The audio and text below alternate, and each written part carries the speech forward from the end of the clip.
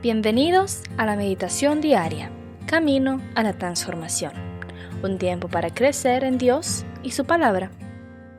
No te olvides suscribirte en el canal, activar la campanita y aceptar todas las notificaciones. Y recuerda dar me gusta. Comencemos. Buenos días, los saluda Jonathan Aceros de la ciudad de New Hope en el estado de Pensilvania en los Estados Unidos. Y en esta mañana continuamos con nuestra serie Vayan y hagan discípulos. Hoy hablando sobre la importancia de predicar de Jesús como parte del llamado a cumplir la gran comisión. Por tanto, ir y hacer discípulos a todas las naciones, bautizándolos en el nombre del Padre, del Hijo y del Espíritu Santo. Pero para formar un discípulo es necesario que hayan nacido de nuevo. Y parte del llamado en la Gran Comisión es predicar a Jesús para llevar los corazones a un arrepentimiento genuino, encontrando la salvación solamente en Cristo. 1 Corintios capítulo 1 del versículo 21 al 24 nos dice: Pues ya que en la sabiduría de Dios el mundo no conoció a Dios mediante la sabiduría, agradó a Dios salvar a los creyentes por la locura de la predicación, porque los judíos piden señales y los griegos buscan sabiduría, pero nosotros predicamos a Cristo crucificado, para los judíos ciertamente tropezadero y para los gentiles locura, mas para los llamados, así judíos como griegos, Cristo, poder de Dios y sabiduría de Dios. Así que al ejercer el llamado de la Gran Comisión, es necesario que incluyamos la locura de la predicación, como lo dice el apóstol Pablo. Una persona que llegó a muchas ciudades en Asia Menor y aún con el deseo de llegar hasta España solo para seguir predicando de Jesús, proclamando el mensaje del Cristo crucificado, muerto y resucitado para que el hombre no se perdiera, sino que en él tenga vida eterna. Hoy estamos en un mundo con una sequía espiritual y escasez de la predicación bíblica. Y pareciera que el afán de muchos de tener grandes números de discípulos ha llevado a sacrificar la centralidad de la predicación bíblica.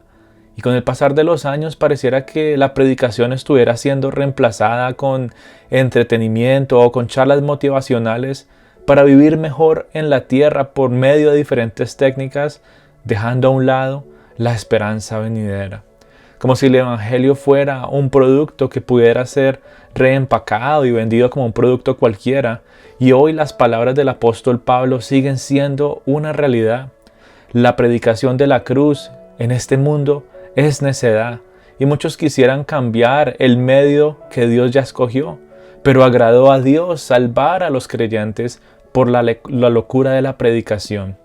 Una predicación que se habla de la persona de Cristo, que proclama su vida, que habla de su muerte, de su resurrección, de su ascensión y el efecto que todo esto tiene para nuestra vida y para nuestra salvación. Y con esto no quiero decir que, por ejemplo, las obras de teatro, los conciertos cristianos, tal vez las películas basadas en la Biblia sean malas. Incluso algunas de esas actividades pueden tener lugar en la iglesia, pero nunca deben competir ni opacar la proclamación del Evangelio. No deben competir ni opacar la predicación bíblica. Y la iglesia primitiva nos deja a nosotros un ejemplo digno de seguir en cuanto a lo que es la predicación. Es por medio de la predicación de Jesús que la iglesia del primer siglo se fortaleció, creció y ejerció el llamado de la Gran Comisión, llevando el nombre de Cristo a muchos lugares mientras gozaban de la bendición de ser formados por medio de este tipo de predicación. Y el primer ejemplo que veremos en esta mañana es la predicación de Pedro en Hechos capítulo 2. Y aunque el día de Pentecostés es un tema importante en este capítulo, no podemos dejar a un lado las palabras predicadas en Pentecostés a las personas por medio de pasajes que se citaban del Antiguo Testamento y que confirmaban que Cristo Jesús es el Mesías. Capítulo 2 de Hechos, versículo 29 empieza diciendo, y este es Pedro predicándole a este grupo de personas: Hermanos, del patriarca David os puedo decir confiadamente que murió y fue sepultado, y su sepulcro está entre vosotros hasta el día de hoy. Pero siendo profeta y sabiendo que Dios le había jurado sentar a uno de sus descendientes en su trono, miró hacia el futuro y habló de la resurrección de Cristo, que no fue abandonado en el Hades, ni su carne sufrió corrupción. A este Jesús resucitó Dios, de lo cual todos nosotros somos testigos. Así que, exaltado a la diestra de Dios y habiendo recibido del Padre la promesa del Espíritu Santo, ha derramado esto que vosotros veis y oís. Porque David no ascendió a los cielos, pero él mismo dice: dijo el Señor a mi Señor, siéntate a mi diestra hasta que ponga a tus enemigos por estrado de tus pies. Sepa pues con certeza toda la casa de Israel, que a este Jesús a quien vosotros crucificasteis, Dios le ha hecho Señor y Cristo. Al oír esto, compungidos de corazón, dijeron a Pedro y a los demás apóstoles: hermanos, ¿qué haremos? Y Pedro les dijo: arrepentíos y sed bautizados cada uno de vosotros en el nombre de Jesucristo para perdón de vuestros pecados, y recibiréis el don del Espíritu Santo, porque la promesa es para vosotros y para vuestros hijos y para todos los que están lejos, para tantos como el Señor Dios llame. Y se dedicaban continuamente a las enseñanzas de los apóstoles, a la comunión, al partimiento del pan y la oración. Predicar de Jesús, querida familia, no solamente lleva al arrepentimiento para encontrar en Cristo la salvación, también impacta la relación que tenemos con el resto de los cristianos. Y hay una palabra griega usada muy frecuentemente en la iglesia del primer siglo, y es la palabra koinonía, que significa comunión. Y cuando más aprendían de su relación con Jesús por medio de la predicación, más cercana y profunda era la relación los unos con los otros en Cristo. La palabra de Dios entonces purificaba sus corazones por medio de la predicación y fortalecía la calidad de amor entre ellos día tras día. Había más comunión, había partimiento del pan, y aún la vida de oración era algo que también crecía y se fortalecía en la vida de los creyentes, gracias a la predicación bíblica que nos habla de Jesús. Otro ejemplo que encontramos está en Hechos capítulo 19, el versículo 8, cuando Pablo predica de Jesús en Éfeso, diciendo: habló con denuedo por espacio de 3 meses, discutiendo y persuadiendo acerca del reino de Dios. Pablo se encontraba en la ciudad de Éfeso, una ciudad idólatra donde adoraban a la diosa Diana, un lugar donde se practicaba el ocultismo, pero la predicación de Jesús llevó a estas personas a quemar sus libros de magia, a abandonar la idolatría y llegar a Dios por medio de la obra de Cristo. Y podemos ver por medio de este pasaje de Hechos capítulo 19, la predicación que Pablo llevó a Éfeso, la predicación sobre Jesús, fue lo que llevó a estas personas a responder a la verdad de Dios. Y es lo mismo que vemos en el día de hoy. La predicación acerca de Jesús es lo que nos ayuda a responder a la verdad de Dios, es lo que enciende nuestros corazones para someternos a Él y podamos adorarle de una manera genuina. Por eso, una iglesia donde se predica a Jesús es una iglesia que adora. Número 3, la predicación también es una herramienta para la solución de conflictos dentro de la iglesia. En 2 Timoteo capítulo 4, del versículo 1 al 2, Pablo le decía a su hijo espiritual: te encarezco delante de Dios y del Señor Jesucristo, que juzgará a los vivos y a los muertos en su manifestación y su reino, que prediques la palabra a tiempo y a destiempo, redarguye, reprende, exhorta con toda paciencia y doctrina. Estas palabras de Pablo a Timoteo, a un joven que estaba en cargo de la iglesia de Éfeso, eran lo que lo estaba guiando y motivando a poder perseverar en su llamado, ¿verdad?, de estar pastoreando a este grupo de personas. Y hoy no tenemos el tiempo para entrar en los detalles sobre todo lo que pasó en Éfeso, pero de manera superficial sí podemos decir que fue una iglesia donde, a pesar de que habían escuchado el Evangelio y donde Pablo había podido llegar a plantar, ¿verdad?, lugares estratégicos para que la obra de Cristo pudiera seguir siendo esparcida. Con el pasar del tiempo, vemos que esta iglesia empezó a llenarse de mucho desorden a nivel espiritual, a nivel doctrinal e incluso en medio de la convivencia entre cristianos. Una iglesia que tenía un liderazgo cuestionable, y por eso Pablo también tenía que enseñarle a Timoteo a poder discernir y ver quién debería estar en ciertas posiciones de diáconos y de obispos, ¿verdad? Pero más importante que todo esto, la idea central que Pablo le está llevando a Timoteo es de que él necesita hacer algo en medio de todo el conflicto y todo el desorden que se está viviendo en la iglesia en ese momento, y es predicar el evangelio, predicar de Jesús.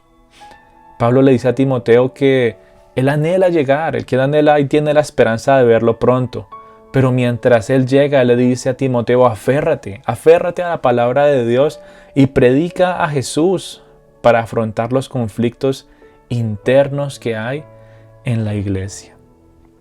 Predicar entonces, mi querida familia, sobre Jesús nos lleva a entender que es el medio escogido por Dios, aunque para muchos sea locura.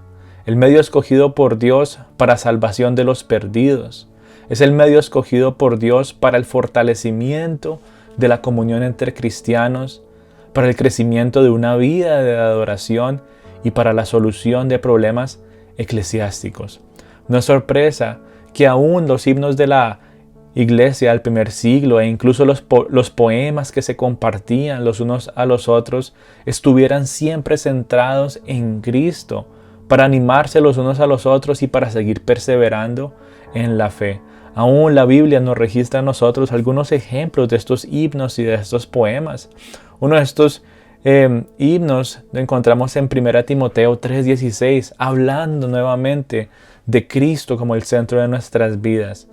Dice: Dios fue manifestado en carne, justificado en espíritu, visto de los ángeles, predicado a los gentiles, creído en el mundo y recibido arriba en gloria.